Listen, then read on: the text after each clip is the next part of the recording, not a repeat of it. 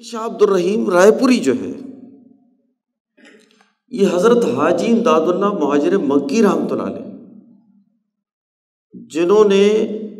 مولانا قاسم نانوتوی، مولانا رشید احمد گنگوئی، حضرت حافظ ضامن شہید، ان کے ساتھ مل کر بہادر شاہ ظفر کی قیادت اور فتوے کی روح سے میدان شاملی میں 1857 کی جنگ آزادی لڑی تھی۔ حاجی امداد اللہ مہاجر مکی کے خلیفہ ہیں قطب عالم شاہ عبد الرحیم صاحب رائے پوری، اور یہ جانشین ہیں حضرت مولانا رشید احمد گنگوہی رحمۃ اللہ علیہ کے۔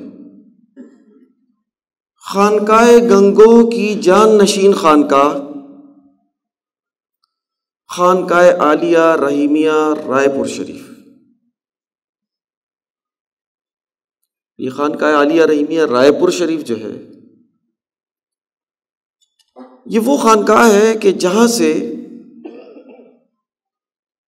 ولی اللہ تحریک کی تیسری تحریک،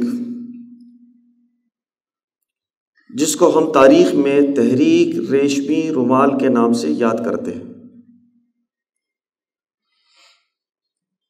جس کے امیر حضرت شیخ الہند مولانا محمود حسن اسیر مالٹا رحمۃ اللہ علیہ، جس کے اعلیٰ ترین رکن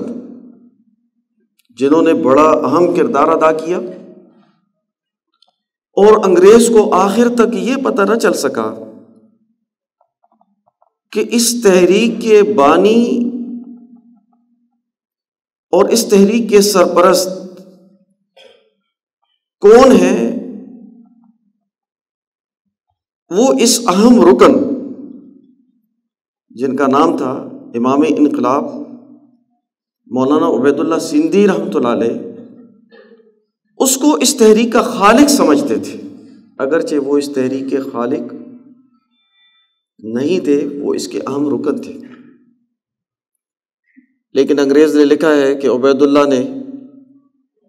تحریک ریشمی رومال شروع کی اور پھر اپنے استاد شیخ الہند کو بھی گمراہ کر کے اس تحریک کا حصہ بنایا۔ میرے محترم دوستو، تحریک ریشمی رومال جس کے امیر شیخ الہند مولانا محمود حسن اسیر مالٹا ہے، تو اس تحریک کے سرپرست قطب عالم شاہ عبد الرحیم رائے پوری، اس کی منصوبہ بندی خانقاہ رائے پور میں ہوتی تھی،